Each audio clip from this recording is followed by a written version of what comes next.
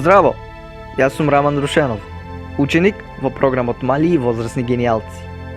Денес во кратки црти ќе ви зборувам за постанокот на универзумот, како и за теоријата на Биг Бенг. Доколку ви се допадне нашето видео и ја поттикнеме вашата генијалност, кликнете лайк и станете претплатник на нашиот YouTube канал.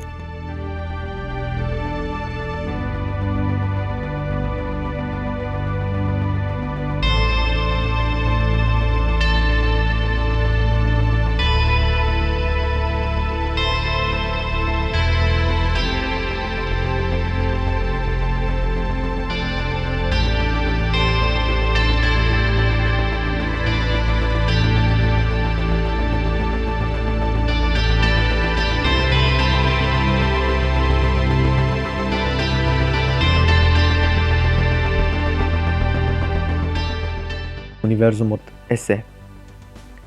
Од најситните честички до најголемите галаксии, до самото постоење на просторот, времето и животот. Но како започнало сето ова? Потеклото на универзумот е потекло на се. Постојат повеќе научни теории, плюс различни митови од цел свет. Сите тие се обидувале да ја објаснат својата мистериозна генеза. Сепак, најшироко прифатено објаснување е теоријата на Биг Бенг. Теоријата на Биг Бенг вели дека универзумот започнал како топла и бескрајно густа точка. Бил широк само неколку милиметри, а тоа изгледало како супер наполнета црна дупка. Пред околу 13,7 милиарди години, оваа ситна сингуларност насилно експлодирала. Од оваа експлозиција, од овој тресок, се создавени сите материи, сета енергија, простор и време. Што се случило понатаму? Воглавно, постојат две главни фази на еволуцијата на универзумот. Ера на радијација и ера на материја. Тие се клучни фази, или настани, кои помогнале да се обликува универзумот. Најпрво дошла ерата на радијација, или ера на зрачење. Така е наречена поради доминантното зрачење, а настанала веднаш по големата експлозија. Оваа ера е составена од помали фази наречени епохи, кои во рамките на универзумот настанувале во првите десетици илјади години. Најраната епоха е ерата на Планк. Во тоа време во универзумот не е важно времето, туку важна е енергијата како суперсила, која всушност е предок на 4 сили на природата. На крајот на оваа фаза се случил клучен настан во кој гравитацијата се отцепила од суперсилата. Следна е големата епоха на обединување, наречена по трите унифицирани сили на природата. Оваа епоха завршила кога еден од тие сили, наречена нуклеарна сила, се распаднала.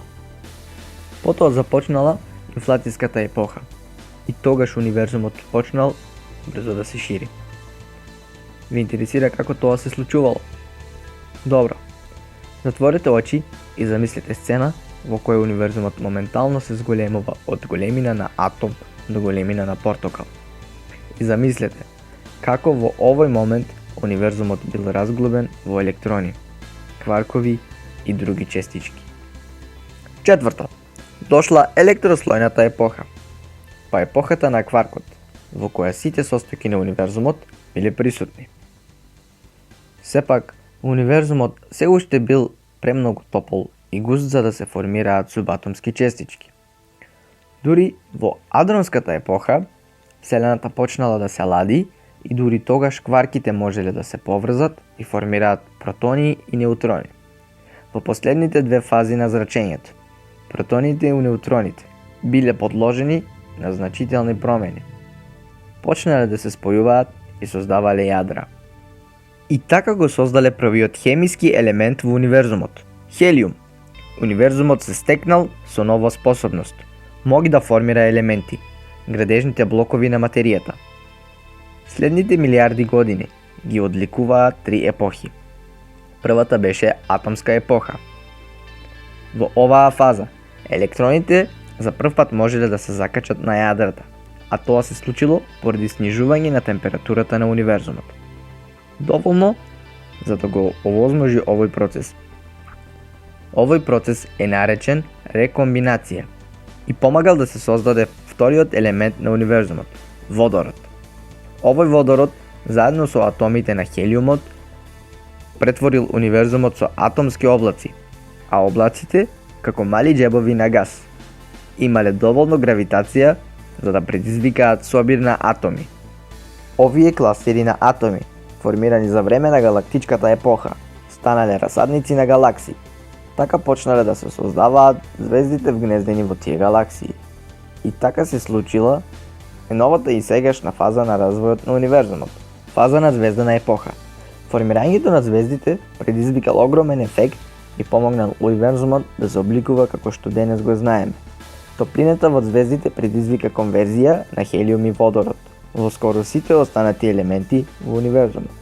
За возврат, тие елементи станале градежни блокови за планети, месечини, живот, се што можеме да видиме денес. Запамтете дека овој екосистем има капацитет и безгранични можности да создава се, поради многуте фази во развојот на универзумот и поради меѓусебните влијание и процеси. Додека нам не остануваат безброј прашања за потеклото на нашиот универзум. Само прашање е на време за да дојдеме до некои долгорочни одговори.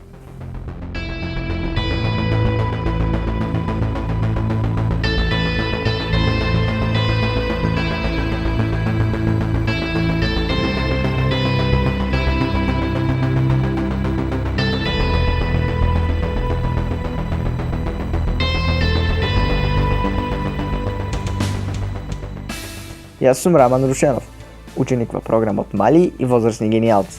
Се надевам дека ви се допадне нашето видео за потеклото на универзумот и теоријата на Биг Бенг. И кога следен пат ќе погледнете во звездите, запрашајте се дали сме звездана честичка во бесконечност. Се надевам дека ви се допадна нашето видео и ја поттикна вашата генијалност. А сега кликнете лайк и станете претплатник на нашиот YouTube канал.